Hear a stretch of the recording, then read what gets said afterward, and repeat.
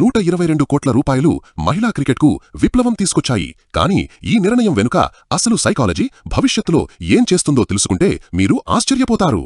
మహిళా cricket world cup కోసం 122 కోట్ల ప్రైజ్ మనీని ఐసీసీ ఇప్పుడే ప్రకటించింది. 297% పెరుగుదల. ఇప్పుడు ఇది పురుషుల క్రికెట్ కంటే ఎక్కువ.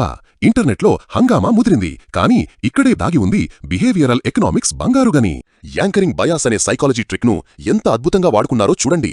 ఎన్నో ఏళ్లుగా మన మెదళ్లల్లో ఒక విషయం బలంగా నాటుకుపోయింది. మహిళల క్రీడలు అంటే వాల్యూ తక్కువ అని. 3.5 కోట్ల రూపాయలే మనకొక కొలమానంగా, రెఫరెన్స్ పాయింట్ ఉండేది. ఇప్పుడు ఐసీసీ 122 కోట్ల రూపాయలతో మన ఆలోచనలకు ఒక కొత్త యాంకర్ వేసింది. దీంతో ఒక్కసారిగా మిగతావన్నీ చాలా చిన్నవిగా కనిపిస్తున్నాయి. దీన్నే వాల్యూ సిగ్నలింగ్ సైకాలజీ అంటారు. మహిళల ప్రైజ్ మనీని పురుషుల ప్రైజ్ మనీ కన్నా ఎక్కువగా ప్రకటించడం ద్వారా వాళ్లు కేవలం క్రీడాకారుణులకు డబ్బులివ్వడమే కాదు, మహిళల విలువ విషయంలో సమాజం ఆలోచించే విధానాన్నే పూర్తిగా మార్చేస్తున్నారు. తెలివైన బ్రాండ్లు కూడా సరిగ్గా ఇదే ట్రిక్ ఉపయోగిస్తాయి. యాపిల్ కేవలం ఫోన్లమ్మదు, అది మిమ్మల్ని తన ప్రీమియం ధరలకు యాంకర్ చేస్తుంది. అంటే ఆ ఎక్కువ ధరకు అలవాటు పడేలా చేస్తుంది. దానివల్ల మార్కెట్లో ఉన్న మిగతా ఫోన్లన్నీ మీకు చీప్గా అనిపిస్తాయి. ఇప్పుడు తెలుసుకోవాల్సిన కొన్ని మనీ లెసన్స్. ఫ్రీలాన్సర్లు, మీ మొదటి కొటేషన్ను ఎప్పుడూ ఎక్కువగా చెప్పండి. ఎందుకంటే క్లయింట్ అంచనాలు ఆ ధర దగ్గరే యాంకర్ అవుతాయి.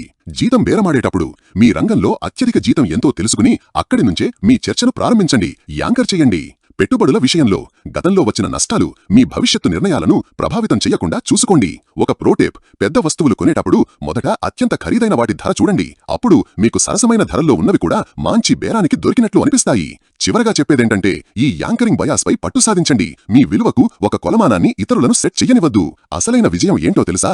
ఈ ప్రైజ్ మనీ కేవలం క్రికెట్ను మార్చడం లేదు, సమాజం మహిళల శ్రమకు ఇచ్చే విలువనే మార్చేస్తోంది. ఈ సైకాలజీని ఉపయోగించి మీ విలువను మీరు కూడా కొత్తగా నిర్మించుకోండి. చుక్కాని, మీ ఆర్థిక ప్రగతికి దిక్సూచి.